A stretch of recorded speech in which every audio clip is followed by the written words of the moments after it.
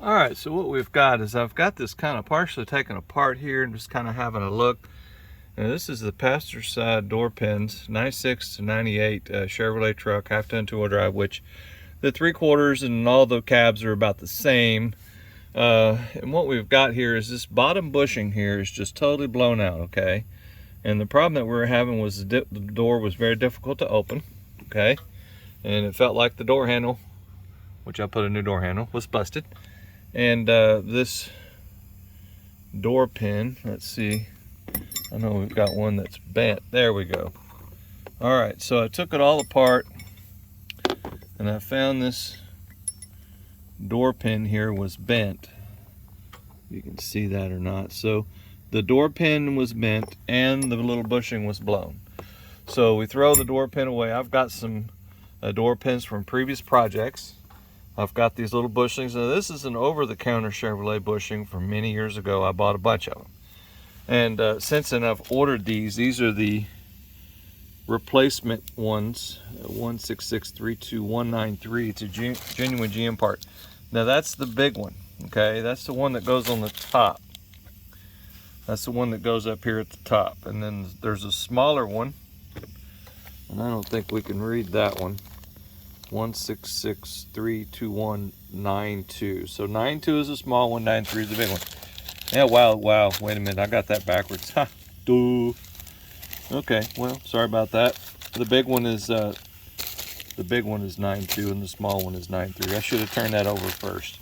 So anyway, that's what these bushings look like. This looks like the updated model that's has a little bit harder, and this is the more original style that's a little softer of a little bushing. So what happens, the bushing blows out, the door sags, it drags on the door pin.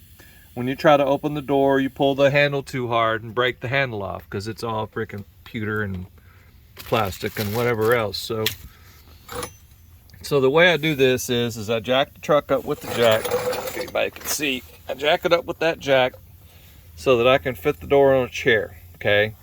Now pop those pins out and I just kind of let the door rest, and it's kind of teetering on that chair a little bit. And if you're not comfortable with that, get a tie strap. You can put a tie strap all the way around the whole thing, and that will help hold it.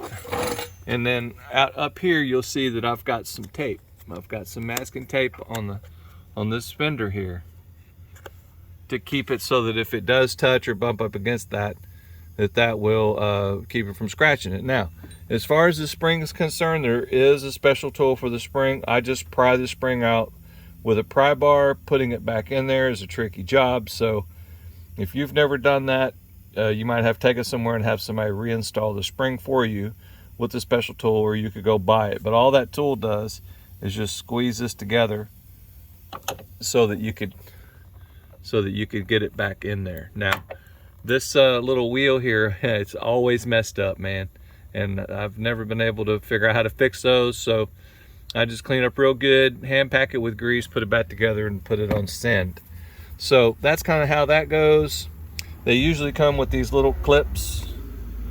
These little clips fit on the ends. Right here, there's a little spot there where those clips go. The bottom one, the clip is usually not required. The top one, the pin goes upside down. The pin goes in like this, and the clip goes on top, okay? So when you do this, you just need to remember that this bushing goes from the top, and this bushing goes from the bottom, okay? And then on the bottom, you have one going from the top here, and that bushing is going from the bottom, and that's a small one, okay? So just remember how everything went, okay? And the pin on the bottom, the big side goes in like so, and the small one's down here. And then on the top, it's just the opposite. The big one, oh, well, that thing's in the way. Now this bushing on the top is in okay shape. I mean, it fits close enough. I'm not gonna replace it. I'm not gonna worry about it. This is my vehicle. I'm not worried about that. I don't want to waste bushings, and the top ones don't get blown that much.